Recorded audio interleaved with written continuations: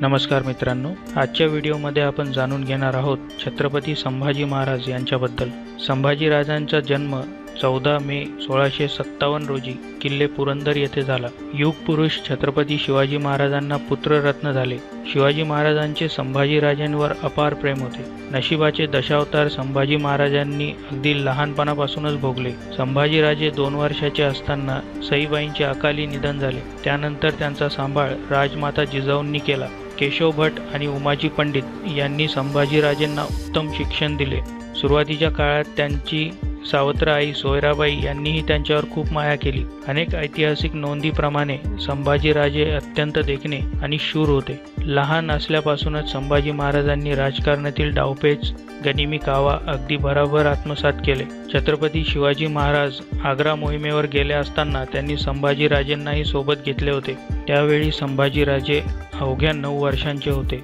छत्रपती शिवाजी महाराजांच्या अनेक गोष्टी त्यांनी जवळून पाहिल्या होत्या। शिवाजी महाराज आग्र्याहून सुटल्यानंतर त्यांनी संभाजी महाराज 20 नोव्हेंबर 1666 रोजी अगदी सुखरूपपणे ते राजगडास पोहोचले।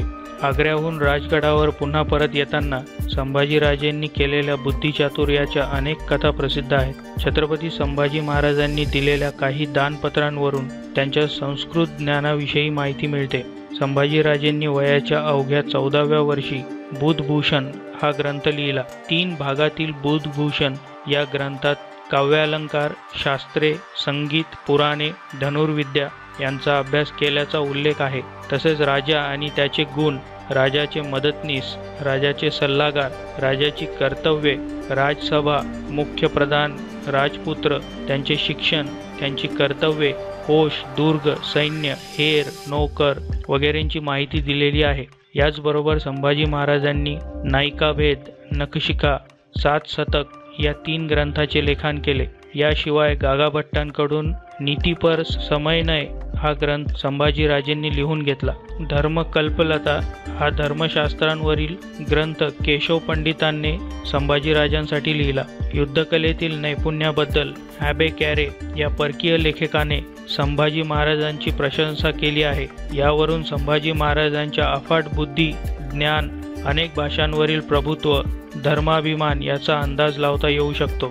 छत्रपती संभाजी महाराज हे राज्यकारभारातही अत्यंत निपुण होते। ते कुशल संघटक होते। जानेवारी 16 इसवी सन 1681 रोजी छत्रपती राज्याभिषेक झाल्यावर संभाजी महाराजांनी ही अष्टप्रधान मंडळाची नियुक्ती केली होती। छत्रपती संभाजी महाराज यांनी आपल्या पराक्रमाच्या जोरावर अल्पकाळात मराठा साम्राज्याचा विस्तार आणि बचाव केला। मराठा साम्राज्याच्या 15 पट असणाऱ्या मुघल साम्राज्याशी संभाजी महाराजांनी एक हाती लढा दिला। संभाजी महाराजांनी गनिमी कावा पुरेपूर वापरत औरंगजेबाला पुरते जेरीस आणले होते। संभाजीराजेंनी आपल्या कार्यकाळात एकूण 120 युद्धे लढली। महत्त्वाचे म्हणजे संभाजी महाराजांना 120 पैकी एकही लढाईत अपयश आले नाही। असा पराक्रम करणारे छत्रपती संभाजी महाराज हे एकमेव योद्धा होते।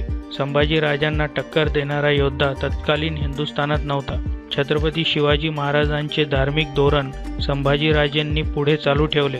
अनेक देवस्थाने, मठ, सत्पुरुष यांना वार्षिक नेमणुका पूर्ववत करून दिल्या। 1689च्या सुरुवातीला छत्रपती संभाजीराजेंचा मेहुणा गणोजी शिर्के आणि औरंगजेबाचा सरदार मुकर्रब खान यांनी संगमेश्वरवर हल्ला केला। मराठ्यात आणि शत्रूचे सैन्यात चकमक झाली। मराठ्यांचे संख्याबळ कमी होते। प्रयत्नांची शर्थक करूनही मराठे शत्रूचा हल्ला परतवून लावू शकले नाहीत। परिणामी शत्रूने संभाजी महाराजांना जिवंत पकडण्यात मोगलांना यश आले। संभाजीराजेंनी धर्मांतर केल्यास जीवदान देण्याची अट औरंगजेबाने घातली होती, मात्र संभाजीराजेंनी त्याला स्पष्टपणे नकार दिला। औरंगजेबाचे अन्वयित अत्याचार असह्य होऊन सुमारे 40 दिवसांनी फाल्गुन अमावस्या म्हणजेच 11 मार्च 1689 रोजी तुळजापूर, महाराष्ट्र येथे संभाजी महाराजांची प्राणज्योत अखेर मावळली। असह्य यातना सहन करूनही संभाजीराजांनी स्वराज्यनिष्ठा आणि धर्मनिष्ठा सोडली नाही, म्हणून त्यांना अखंड भारतवर्षाने धर्मवीर ही पदवी बहाल केली।